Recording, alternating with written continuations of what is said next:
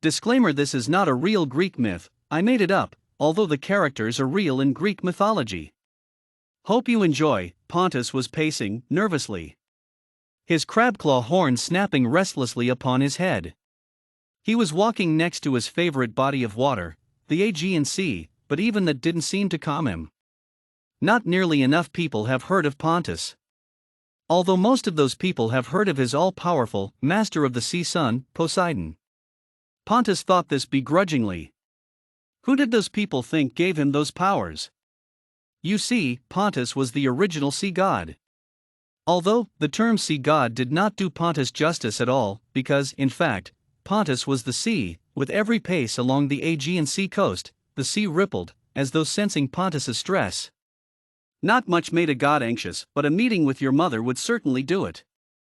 His mother was omnipotent but certainly not benevolent. She was an all-consuming, evil deity named Gaia. However, now, most people know her better as simply the earth. She is the ground you walk upon, the dirt that feeds your crops, and the birthplace of all life. She was not one to be messed with. That was why, even though she was Pontus's mother, she was also Poseidon's mother. Yes, that's right. Pontus has a son with his mother. This was not why Pontus was stressed now though, but it was still a horrifying thought to him. At this very moment, Pontus was afraid his mother was going to have a quest for him to complete. Pontus thought this sounded ridiculous. He was a sea god, for God's sake. Even more, he was every ocean, every river, every tiny little puddle, and still Gaia insisted he partake on a quest to kill some stupid mortal who had annoyed her. How absolutely bizarre was that? But that's the thing about Gaia, if you disagree with her, she shall simply swallow you whole, straight into the depths of Tartarus itself. Tartarus was not a place Pontus wanted to visit anytime soon. It was sort of the underworld for titans. Even though technically Pontus was not a titan, he was sure Gaia wouldn't hesitate in sending him there. It was a horrible place for even gods to be, and there weren't many of them. This meant that if Pontus wanted to remain with his beloved water, he must do what Gaia wants. Finally, after pacing the sea for as long as he dared, it was time for Pontus to see his mother. It wasn't a far walk, all he had to do was find the closest bit of dirt.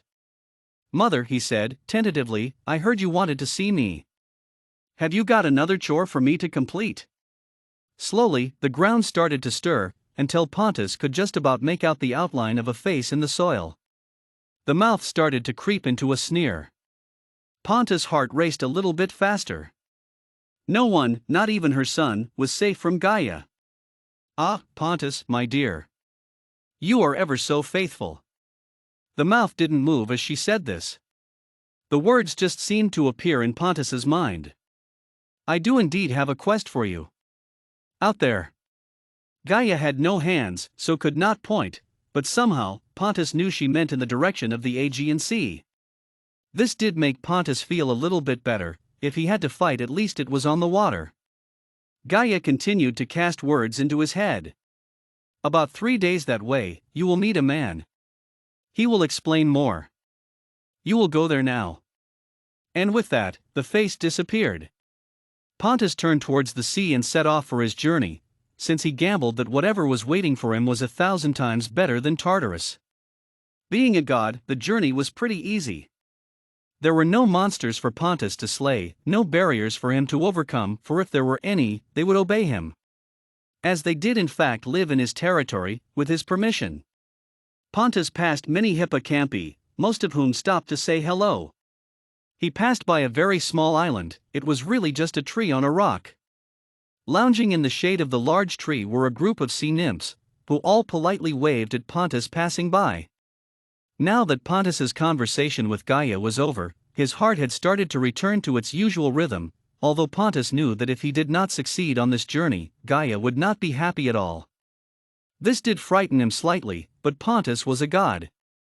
Not many creatures could say no to him, as he could simply drown them, with just the flick of his fingers. This meant that whatever Gaia wanted him to do should be pretty straightforward. Finally, after exactly 3 days of traveling the oceans, Pontus came across a man. He did not recognize him, which was suspicious, as if he lived in the ocean, Pontus would know about it. The man was wearing a white toga and stood on a small patch of dirt, floating in the water. Pontus realized this was some poor mortal Gaia had killed and was using his body as a minion to do her dirty work. Pontus felt a bit sorry for this man, but he knew that he could not go against his mother. "What does Gaia want me to do?" Pontus asked the man. The man smiled that same sneer that Pontus had seen in the dirt earlier. "Gaia has decided that 2 sea gods is too many. If you wish to remain in charge of your precious water, you must fight for it." Pontus was slightly relieved. There weren't many creatures that he could lose a fight to. Although the stakes were high, Pontus really did not want to give up his powers over the sea. He was pretty confident he could triumph over whatever monster Gaia had waiting for him. The man held out his arm, gesturing towards the sea behind him. Pontus gazed in that direction. The sea slowly started to ripple more and more, like something was emerging from its depths. "This is brilliant," Pontus thought. A sea monster would be even better and easier for him to defeat. They all worshipped him. Suddenly, a giant head started to appear out of the blue waves. As the head got higher, more of this person started to become visible. Pontus' heart stopped beating. His breath became shallow and the color drained out of him, until he was the same shade of blue ice covering a lake in the depths of winter. Pontus knew that head anywhere. He created that head, he shared his powers with it, his wisdom. It was Poseidon. Poseidon's mouth curled into an unfriendly smile. His torso was now completely visible. He must have been standing on the sea floor because he had stopped rising. He was at least 10 feet tall from his torso to his head. Pontus dreaded to think how tall he was from head to toe. "Father," Poseidon sneered. "We meet again. It's been a while. I hear Mother has had enough of you." "I believe she has had enough of 2 sea gods, not just me," Pontus said, although he wasn't sure if he believed that anymore. "Well then, I guess we should get on with it." With that, Poseidon raised his hand, which now contained a spear, sharp enough to pierce the skin of any living thing. He swung it quickly at Pontus in an effort to sweep him off his feet. Luckily, Pontus was quicker. He dived down into the ocean. As he made his way back up to the surface, he willed the sea to come with him. He stood proudly on top of a wave, ever growing in size. It lifted him higher and higher into the sky, until his head was finally level with Poseidon's. He commanded the wave to fall over his son, in order to try and disorientate him, knowing it will only buy him time. However, the wave had other ideas. It came crashing down rapidly, swirling Pontus in the center. The wave hit the surface of the sea, and the momentum caused Pontus to dive deeper and deeper. Neither he nor Poseidon could drown, so Pontus would have to come up with a different plan. He could sense a sea monster nearby. He ordered it come to his aid. From the depths of the sea, Pontus could see his creature. It was a hydra. He could see one dragon-like head coming closer. And then another and another, until 9 heads were all staring at Pontus, awaiting their orders. He thrust his hand in the direction of Poseidon, and the body carrying the 9 heads swam in that direction. Poseidon swung his spear at one of the heads, slicing it clean off. The hydra, however, grew 2 new heads in its place. While Poseidon was distracted, Pontus managed to crawl up one of his giant legs and made his way to the head. Pontus was smiling as he pulled out his own spear, ready to be the first person to ever kill a god. Suddenly, his spear was whipped out of his hand. He saw the man throwing dirt at him.